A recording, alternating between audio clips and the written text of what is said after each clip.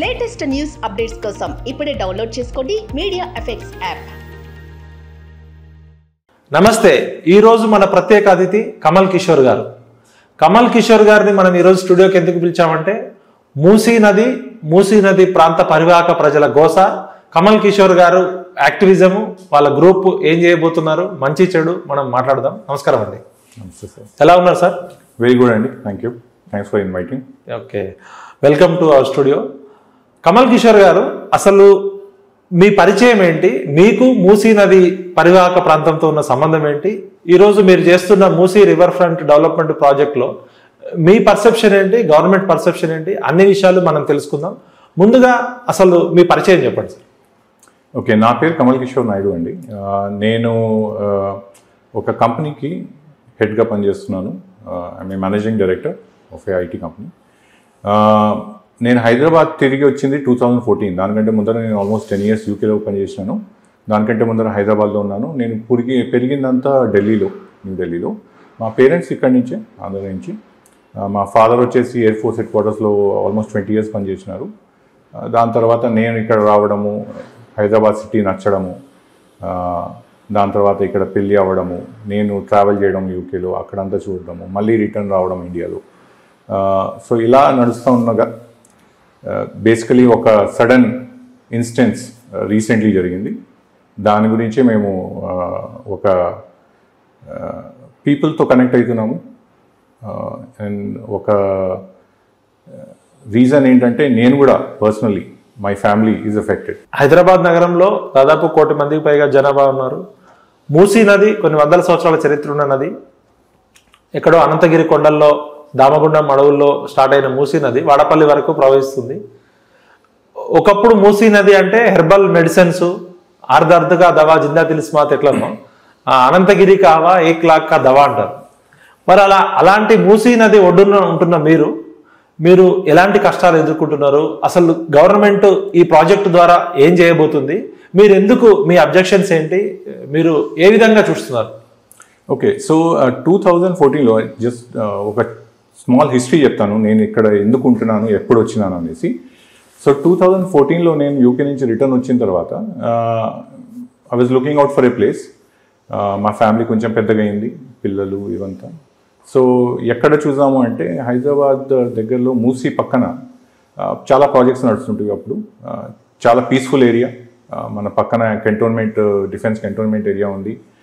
పొద్దున్న లేసిందే నెమళ్ళు కనపడతాయి మాకు. ఒక చిన్న స్ట్రీమ్ ఆఫ్ వాటర్ పక్కన నుంచి వెళ్తూ ఉంది.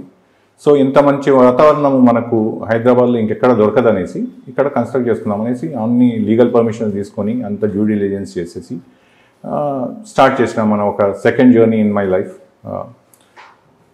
ఇప్పుడు ఆ 10 years తర్వాత ఇప్పుడు చూస్తే అది ఒక చిన్న స్ట్రీమ్ కాకుండా ఒక నాలాలాగా తయారైంది, ఒక drainage system.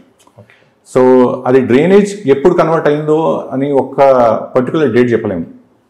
I think this been a ongoing pollution and also in a way government దీని గురించి ఏం చేస్తూ ఉంది అనేసి కూడా మనకు ఒక క్వశ్చన్ మార్క్ ఇక్కడ ఉంది మా మైండ్లో కూడా. దానికి సొల్యూషన్స్ అవన్నీ మనం మాట్లాడదాం. But I think at the moment పరిస్థితి ఏంటంటే of course it's a drainage system, దాన్ని క్లీన్ చేసే అవసరం ఉంది. And as a citizen of Hyderabad మేము కూడా దాంట్లో కాంట్రిబ్యూట్ ఎలా చేయగలుగుతాం అనేసి ఒక క్వశ్చన్ మార్కు ప్లస్ మేము ఒక ఆన్సర్ పుస్తకం కూడా ఎదుగుతున్నాం. ఇప్పుడు ప్రభుత్వం గతంలో నందనవనం ప్రాజెక్ట్ పేరుతో చంద్రబాబు నాయుడు గారు మూసీ సుందరీకరణ చేశారు.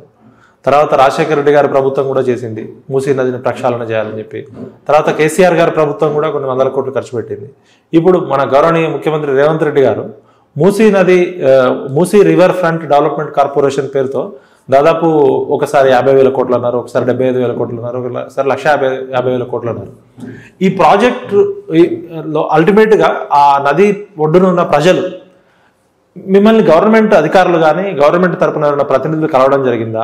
ఈ మూసీ రివర్ ఫ్రంట్ డెవలప్మెంట్ ప్రాజెక్ట్లో మూసీ నది ప్రజల భాగస్వామ్యం ఎలా ఉంది, మీకు గవర్నమెంట్కి ఉన్న చర్చలు ఏంటి, అంగీకారం ఏంటి, కొంచెం వివరంగా మా ప్రేక్షకులకు తెలియజేస్తారా? రైట్. సో ఇంతవరకు గవర్నమెంట్ ఒక ముందు అడుగు తీసుకుని వచ్చి మనతో మాట్లాడడం జరగలేదు. సో యాజ్ అ సిటిజన్ మేమేం ఎక్స్పెక్ట్ చేస్తామంటే it should be people's democracy. మేము ఒక ఎలక్టెడ్ రిప్రజెంటేటివ్ని పోయి మన రిప్రజెంటేషన్ ఇచ్చేసి మాతో మాట్లాడండి మీరు ఏం చేస్తామనుకుంటున్నారు అన్నప్పుడు వాళ్ళ ఒక రెస్పాన్సిబిలిటీ ఏంటంటే మాతో వచ్చేసి డిస్కషన్ చేసి మీరు ఎట్లా ఎఫెక్ట్ అవుతున్నారు, లేకపోతే మేము ఎట్లా మీరు ఈ ప్రాజెక్ట్ని ముందర తీసుకుపోతాము, దీంతో మీకేం లాభాలు ఉన్నాయి, యాజ్ ఎ సొసైటీ అందరికీ ఏం లాభాలు వస్తాయనేసి ఒక చర్చ, ఒక డిస్కషన్, ఒక డైలాగ్ స్టార్ట్ అవ్వాలి. దానికోసం మేము కూడా ఇంకా ఎదురు చూస్తున్నాము. ఇంతవరకు అయితే అవి ఏమీ అవ్వలేదు. బట్ ఫ్యూచర్లో మా association which we calling citizens alliance for Musi, ఈ ఫోరం ద్వారా we want to connect with the government. ఆ ఒక డిస్కషన్లో మా కన్సర్న్స్, మా grievances plus opportunities for both parties, for citizens as well as government, ఈ డిస్కషన్ మేము ముందర తీసుకోవాలనుకుంటున్నామండి. ఇప్పుడు ముఖ్యమంత్రి గారు ఒక 2 months బ్యాక్ సెక్రటరియట్లో ప్రజెంటేషన్ ఇచ్చినప్పుడు చాలా పేరు పొందిన ఒక 5-6 ప్రసిద్ధి చెందిన కన్సల్టెన్సీలని, ఇంటర్నేషనల్ కన్స్ట్రక్షన్ కంపెనీస్ తీసుకొచ్చారు. అసలు అద్భుతమైన ఒక కళని ముఖ్యమంత్రి గారు రేవంత్ రెడ్డి గారు ఒక ఆకాశ హర్మ్యాలు, పెద్ద పెద్ద గాజు మెడలు, అంతస్తులు, అసలు ఇది హైదరాబాద్ అయినా అన్నట్టుగా ఉంది.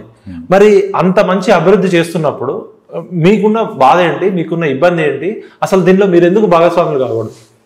Right, I think that's a very important question. ఎందుకంటే మేము కూడా we want to be part of that project. ఒక పార్టిసిపేటరీ రోల్ సిటిజన్స్ ప్లే చేయాలనుకుంటున్నారు. మా అసోసియేషను, మా సిటిజన్స్ అలయన్స్ మూవ్మెంట్ కూడా దాని గురించి మాట్లాడుతూ ఉంది. సో దాన్ని ముందర తీసుకుపోవడానికి అడ్మినిస్ట్రేషను, గవర్నమెంట్స్ ముందరకు వచ్చేసి ఒక ముందడుగు వేసి మాతో డిస్కషన్ చేస్తే మేము కూడా దాన్ని ఎట్లా ముందర తీసుకుపోవాలనేసి without affecting the peoples who are living next to Musi కొన్ని సొల్యూషన్స్ ఇవ్వగలుగుతాం, కొన్ని డిస్కషన్ చేయగలుగుతాము, కొన్ని ఆపర్చునిటీస్ని ఇవాల్యుయేట్ చేయగలుగుతాము. ఆ డిస్కషన్ అవ్వకపోతే it's a one sided project without people's involvement. మా పాయింట్ ఆఫ్ వ్యూ ఏంటంటే when we are part of this ecosystem, ఈ ఎకోసిస్టంలో మూసీ రివర్ ఉంది, పక్కన ఉన్న డిఫెన్స్ కంటోన్మెంట్ ఉంది, అక్కడ ఉన్న నెమళ్ళు ఉన్నాయి, మేము కూడా ఒక స్టేక్ హోల్డర్స్ దాంట్లో. ఇవన్నీ డిస్కషన్లో రావాలి, వచ్చి ఒక ప్రాజెక్ట్ ప్లాన్ తీసుకురావాలి, క్లీన్లీనెస్ని ఆ river rejuvenation, river protection, river conservation అవ్వాలి అనేసి మేము కూడా కోరుతున్నాము. అంటే ఎక్కడ మీరు చెప్తున్న దానికి గవర్నమెంట్ ఆలోచనకి మధ్య ఇప్పుడు రేవంత్ రెడ్డి గారు ఒక అద్భుతమైన కలగంటున్నారు. మూసీ నది పేరుతో ఇంటర్నేషనల్ లెవెల్ ప్రాజెక్ట్ చేయాలి, హైదరాబాద్ నగరం యొక్క ఆర్థిక స్థితిగతులు మార్చాలి, ఇంటర్నేషనల్ స్టాండర్డ్స్ పెంచాలి అని అనుకుంటున్నారు. ఎందుకు కొంతమంది ప్రజలు వ్యతిరేకిస్తున్నారు, కొంతమంది భయపడుతున్నారు, కొంతమంది అట్లా ఇప్పుడు ప్రజల మానసిక పరిస్థితి ఎలా ఉంది, వారు ఎందుకు భయపడుతున్నారు అసలు? రైట్, సో భయము ఇన్ ఏ వే క్రియేట్ చేసింది అనుకుంటున్నాం మేము. అది ఎందుకు క్రియేట్ చేసింది అనేసి దానికి మనకు ఆన్సర్ లేదు. ఇప్పుడు మేము కూడా ప్రో డెవలప్మెంటే. I think everyone in Hyderabad ఒక ఇమేజ్ మన సిటిజన్స్కి ఏముందంటే they are all pro development. వాళ్ళు కూడా డెవలప్మెంట్ని కోరుకుని ముందుకు పోవాలనుకుంటున్నారు. కానీ ఒక రోజు సడన్గా మీకు న్యూస్ వచ్చేసి డెమాలిషన్ అయిపోతుంది, మీరు కట్టుకున్న కళని, మీరు కట్టుకున్న ఇల్లుని, మీ 3 generations అక్కడ ఉంటున్నట్ల. ఇప్పుడు మా ఇంట్లోనే ఫర్ ఎగ్జాంపుల్ మా పిల్లలు ఉన్నారు, మా పేరెంట్స్ ఉన్నారు, 3 generations అక్కడ ఉంటున్నారు. వాళ్ళందరికీ ఒక ఇల్లు లేకోకుండా రేపటికి వాళ్ళు రోడ్డు మీద పడతారు అంటే ఆ భయం ఎందుకు క్రియేట్ చేయాలి? దానికి రీజన్ ఏముంది? దానికి ఆల్టర్నేటివ్స్ ఏమున్నాయి? అది కాకుండా ఒక డిస్కషన్ ఎందుకు పోకూడదు? మేము దాంట్లో ఎట్లా పార్టిసిపేషన్ చేయొచ్చు? దీనికి బెటర్ ఆప్షన్స్ ఏమున్నాయి? మీరు దీనికి ఆప్షన్స్ వేరే కంట్రీస్లో అన్ని పోయి ఎత్తుతున్నారు, దాంట్లో ఏమైనా సొల్యూషన్ దొరికినాయా? లేకపోతే ఓన్లీ డెమాలిషన్ ఒకటే, ల్యాండ్ క్లియర్ చేసేసి, ల్యాండ్ అక్విజిషన్ చేసేసి, డెమాలిషన్ చేసేసి ఒక ల్యాండ్ పార్సల్ని కమర్షియల్ ప్రాజెక్ట్స్ పెట్టడం ఒకటే ఉద్దేశమా? ఇప్పుడు మనకి ప్రభుత్వం చెప్తుంది ఏంటంటే మూసీ నదికి వరదలు వస్తే ప్రజలు ఇబ్బంది పడతారు, అర్బన్ ఫ్లడ్స్, అకాలమైన వర్షాలు వస్తున్నాయి, మూసీ నది మొత్తం కలుషితం అయిపోయింది, గత ప్రభుత్వాలు కావచ్చు, గతంలో ఉన్న పాలకులు కావచ్చు, ఇప్పటికైనా మనం కాపాడుకోవాలంటే తాత్కాలికంగా కొంతమంది ఇబ్బంది పడ్డప్పటికి కూడా ఈ ప్రాజెక్టు వల్ల అల్టిమేట్గా హైదరాబాద్ ఆర్థిక అభివృద్ధి కానీ ప్రజల భాగస్వామ్యంతో ముందుకెళ్లాలనే చెప్తున్నారు. ఏ ప్రభుత్వమైనా మంచి పేరు తెచ్చుకోవాలని పనిచేస్తారు. కానీ అంతర్జాతీయంగా ఇప్పుడు నాకున్న సమాచారం ప్రకారం ఐక్యరాజ్య సమితి ఆధ్వర్యంలో 20 సంవత్సరాల క్రితమే మన రామ్సర్ ఆడిట్ అని ఇరాన్లో ఒక ఇంటర్నేషనల్ సెమినార్ జరిగినప్పుడు అర్బన్ ఫ్లడ్స్ని ఎట్లా నివారించాలి, దీనికి అనుకోకుండా అకాల వర్షాలు వచ్చినప్పుడు పెరుగుతున్న జనాభా, వలసలు, నగరీకరణ పెరుగుతుంది, అందరూ కూడా ప్రజలంతా నగరాల్లోకి వస్తున్నారు, దీన్ని ఎట్లా చేయాలని చెప్పి ఆర్ఆర్ఆర్ అనే ఫార్ములా తీసుకొచ్చింది. ఫస్ట్ ఆర్ అంటే రిహాబిలిటేషన్ అండ్ కంపెన్సేషన్. అంటే ఏ ప్రాజెక్టు పేరుతో అయితే ప్రజలను మీరు పునరావాసం చేయదలుచుకుంటున్నారో వాళ్ళకి సరైన నష్టపరిహారం ఇవ్వాలనేది ఫస్ట్ ప్రయారిటీ. సెకండ్ వచ్చేసి రెగ్యులరైజ్ చేయడం. థర్డ్ వచ్చి రిమూవ్ చేయడం. అంటే రీహాబిలిటేషన్ కానీ compensation process, regularize process, removal process, ఈ మూడిట్లలో ప్రభుత్వం మీతో ఏ విధంగా చర్చించింది? ఇప్పుడు వరకు జరుగుతున్న మీరు RRR గురించి మాట్లాడుతున్నారు చూడండి, దాంట్లో ఫస్ట్ ఆర్ అవ్వలేదు ఇంతవరకు. సెకండ్ ఆర్ కూడా డిస్కషన్. ఫస్ట్ ఆర్ అంటే రీహాబిలిటేషన్, కంపెన్సేషన్ గురించి ఏం డిస్కషన్ అవ్వడం లేదు. సో స్టేట్మెంట్స్ వస్తున్నవన్నీ అన్అఫీషియల్ స్టేట్మెంట్స్. సో మనం సీరియస్గా తీసుకోలేము. అక్కడ మన house is at stake. So ఒక ఒఫీషియల్ స్టేట్మెంట్ రాకుండా మేము అన్ని అజ్యూమ్ చేసుకోగలుగుతాం, కానీ దానికి ఒక క్లియర్ డైరెక్షన్ అనేది లేదు ఆ డిస్కషన్. సెకండ్ వచ్చేసి మీరు మాట్లాడేది సెకండ్ రెగ్యులరైజేషన్ ఆల్రెడీ అయిపోయింది. బీఆర్ఎస్ ప్రభుత్వం ఉన్నప్పుడే LRS BRS తీసుకుని వచ్చినారు. సో ఆ పాసిబిలిటీ కూడా రూల్ అవుట్ చేసేయచ్చు ఇప్పుడు, ఎందుకంటే మనం ఆల్రెడీ రెగ్యులరైజ్ చేసుకున్నాం కాబట్టి. వాళ్ళని థర్డ్కి వచ్చేసి రిమూవల్. ఇప్పుడు ఉన్న స్టేట్మెంట్స్ అన్నీ డిస్కషన్ నడిచేదంతా డిస్ప్లే చేయడం. సో మేము మెయిన్ పాయింట్ అంటే రిమూవల్కి ముందర మీరు ఆబ్జెక్టివ్స్ ఏంటి, ఎజెండా ఏముంది, దీనికి ప్లానింగ్ ఏముంది, దీనికి ఫైనాన్షియల్ ఫండింగ్ ఎట్లా చేస్తారు, దీనికి ఆల్టర్నేటివ్ ప్లానింగ్స్ ఏమున్నాయి, దీనికి ఎకలాజికల్ బ్యాలెన్స్ ఎట్లా కలుగుతుంది. మీరు అడిగిన క్వశ్చన్కి would it eventually lead to clean water in Musi, flood mitigation అవుతుందా? ఫ్లడ్ మిటిగేషన్కి ఇది ఒకటే సొల్యూషనా? మీరు అక్కడ నుంచి hundreds of houses, thousands of ఫ్యామిలీస్ని డిస్ప్లే చేస్తే మూసీని ఫ్లడ్ ఎట్లా రెడ్యూస్ చేయగలుగుతారు? దానికి అదొక్కటే సొల్యూషనా? నేను ఒక simple without any particular knowledge in any subject నేనే చెప్తాను, ఎంబాంక్మెంట్స్ కట్టితే మీరు ఫ్లడ్ మిటిగేషన్ చేయొచ్చు అనేసి. దాని గురించి మీరు ఆలోచించినారా? ఎందుకు అవ్వడం లేదు? ఆ సొల్యూషన్ ఎందుకు ముందర తీసుకురావడం లేదు? మీ దగ్గర కెపాసిటీ లేదా, టాలెంట్ లేదా? Right. So otherwise the question will remain, దీని వెనక ఎజెండా ఏముంది? ఓకే. ఇప్పుడు మనకి మీరు కూడా ఇంటర్నేషనల్ స్థాయిలో పనిచేశారు చాలా కంపెనీలలో. ఐక్యరాజ్య సమితి పెట్టిన మిలీనియం డెవలప్మెంట్ గోల్స్లో సస్టైనబుల్ డెవలప్మెంట్ అనేది చాలా ఇంపార్టెంట్. ఇప్పుడు ఆ పర్స్పెక్టివ్లో మనం మాట్లాడినప్పుడు మన నోబెల్ బహుమతి గ్రహీత ఆర్థిక శాస్త్రవేత్త అమర్త్య సేన్ గారు నిజమైన అభివృద్ధి అంటే ఏమిటి అనేది ఒక డెఫినేషన్ ఇచ్చారు. What is real development? Construction of buildings or constructing skyscrapers or technology development is not a real development. అంటే ఆకాశ అరిమాలు కట్టడము, పెద్ద పెద్ద అద్దాల మెడలు కట్టడము అభివృద్ధి కాదు. ఏ ప్రాజెక్టు పేరుతో మీరు ప్రజలని బాధితులు చేస్తున్నారో ఆ బాధితులని భాగస్వామ్యులు చేయండి, వాళ్ళకి ఫ్రీడమ్ ఇవ్వండి, రెస్పెక్ట్ ఇవ్వండి, వాళ్ళని వినండి. వాళ్ళు ఏం నష్టపోతున్నారో, మీరు ప్రాజెక్టు ద్వారా ఏం ఆర్థిక లక్ష్యాలు, ఏం లక్ష్యాలు సాధించదలుచుకున్నారో దానిలో కలుపుకోండి. అంటే సమ్మిళిత అభివృద్ధి, సస్టైనబుల్ డెవలప్మెంట్, అది ఎన్విరాన్మెంట్ ఫ్రెండ్లీ ఉండాలి, ఎకో సిస్టమ్ ఉండాలి, అది భవిష్యత్తు తరాలకు ఇబ్బంది కలగకూడదు. ఎట్ ద సేమ్ టైం మీ ప్రజల్ని భాగస్వామ్యులు చేయాలి. ఇప్పుడు రేవంత్ రెడ్డి గారి ప్రభుత్వం కూడా మూసీ నది పరివాహక ప్రాంతాన్ని అభివృద్ధి చేయడంతో కొన్ని 1,50,000 కోట్లు ఖర్చు పెడతాము, లేకపోతే కొన్ని DPRలు అంటున్నారు కదా. మరి ఈ ప్రాజెక్టు ద్వారా వచ్చే ఎండ్ రిజల్ట్లో మీ స్టేక్ ఏముంది, మీ పార్టిసిపేషన్ ఏముంది? సో మీరు చెప్పిన పాయింట్స్ గురించి ఇప్పుడు మనం కొంచెం డీటెయిల్గా డిస్కస్ చేస్తే, democracy, development and governance, these 3 points. డెమోక్రసీలో peoples voice, peoples participation, involvement చాలా important. Otherwise it becomes a autocratic governance ఎట్లా ఉండాలి? పీపుల్స్ వాయిస్, మీ దగ్గర ఏం ఛానల్స్ ఉన్నాయి, మీరు ఎట్లా డిస్కషన్ తీసుకుపోతున్నారు ముందర. So that channels should be opened up from the government side. Last వచ్చేసి డెవలప్మెంట్, ఇంక్లూజివ్ డెవలప్మెంట్ అంటే మేము ఎక్కడ పార్టిసిపేషన్ చేస్తున్నాం, దానికి మాకు పర్టికులర్గా మాకు ఏం బెనిఫిట్స్ ఉంటాయి ఆ డెవలప్మెంట్ చేసిన దాంట్లో. ఆర్ ఇస్ ఇట్ మేము ఓన్లీ కంపెన్సేషన్ తీసుకొని పక్కన వెళ్ళిపోవాలా? ఎవరికైనా ఇల్లు ఉన్నప్పుడు డబ్బులు తీసుకొని పక్కన వెళ్ళిపోమంటే అతని ఎమోషన్స్కి ఒక వాల్యూ పెట్టలేరు మీరు, రైట్? సో ఇప్పుడు పరిస్థితి on the ground 10,000 families, 15,000 families, 25,000 families, వాళ్ళ పరిస్థితి అదే ఉంది. వాళ్ళ ఎమోషన్స్ అన్నీ అటాచ్డ్ ఆ గ్రౌండ్ లెవెల్లో వాళ్ళ ఇళ్ళకి. దాంట్లో నుంచి మీరు పక్కన జరిగిపోండి అనేయడం సరేనా? I think that's a very unfair treatment and a very unreasonable approach. Kamal Kishore గారు, ఏ ప్రాజెక్ట్ అయినా చేసేటప్పుడు ఎక్కువ మంది ప్రజలకి లాభం జరుగుతున్నప్పుడు కొంతమంది ప్రజలకు ఇబ్బంది కలగడం అనేది అది అనివార్యం, తప్పనిసరి పరిస్థితి. మూసీ నదిని సుందరీకరణ పేరు కావచ్చు, ప్రక్షాళన కావచ్చు, పునరుజ్జీవం పేరుతో రేవంత్ రెడ్డి గారేం తన సొంత రియల్ ఎస్టేట్ కంపెనీ పెట్టుకోవట్లేదు, లేకపోతే ఆయన సొంత ప్రజలకు ఉపయోగపడే ప్రాజెక్టే కదా. ఎందుకు మీరు వ్యతిరేకిస్తున్నారు? కొంతమంది మూసీ నది ఎందుకు భయపడుతున్నారు? ఇంకోటి కంపెన్సేషన్ కూడా ఇప్పుడు గతంలో మన్మోహన్ సింగ్ గారి ప్రభుత్వం 2013లో ప్యాకేజ్ తీసుకొచ్చింది. భూమికి పోతే భూమి బదులు భూమి ఇవ్వాలి, ప్లస్ మార్కెట్ విలువకు తగ్గట్టుగా 2 రెట్లు నష్టపరిహారం ఇవ్వాలి. ఆ చట్టం చాలా స్పష్టంగా చెప్తుంది. ఉదాహరణకి మీ ఇల్లు ఆ మూసీ నది ప్రాజెక్ట్లో పోతే మీ ఇంటి మార్కెట్ వాల్యూ ప్రకారం భూమికి విలువ 2 రెట్లు ఎక్కువ, అంటే 1+2. అంటే సపోజ్ మీ దగ్గర గజం ఒక 10,000 ఉంటే 30,000 చొప్పున నష్టపరిహారం కల్పించాలని చెప్తుంది.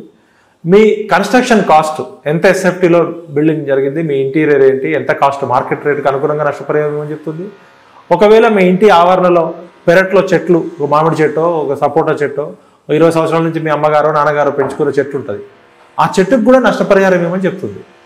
అదేవిధంగా ఆ ప్రాజెక్టు నిర్వాసితులు అవుతుంటే అక్కడ మీ ఇంట్లో ఉన్న కుక్క పిల్ల కావచ్చు, ఆవు కావచ్చు, పశు సంపదకు కూడా నష్టపరిహారం ఏమని చెప్తున్నప్పుడు మరి ఎందుకు మీరు భయపడుతున్నారు? అంటే ఇంత చట్టం ఇంత వివరంగా చెప్తున్నప్పుడు ఎందుకు భయపడుతున్నారు?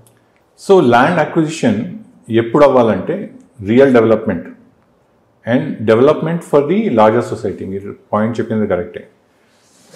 క్వశ్చన్ మార్క్ ఇక్కడ వచ్చేది ఏంటంటే, మేడం నిజంగానే దీని వెనక డెవలప్మెంట్ ఉందా, లేకపోతే ఎజెండా ఏమైనా డిఫరెంట్ ఉందా? ఆ క్లారిటీ లేకపోతే ఎవరైనా కూడా ఉన్నవాళ్ళు నివాసులు అక్కడ అంటారు డెఫినెట్గా కొంచెము వాళ్ళ ఒపీనియన్స్ బికాజ్ అలైన్ అవ్వడం లేదు from the government side, agitated ఉంటారు. గవర్నమెంట్స్ రోల్ ఏమి ఉండాలంటే దీన్ని క్లియర్గా ఎక్స్ప్లెయిన్ చేయాలి.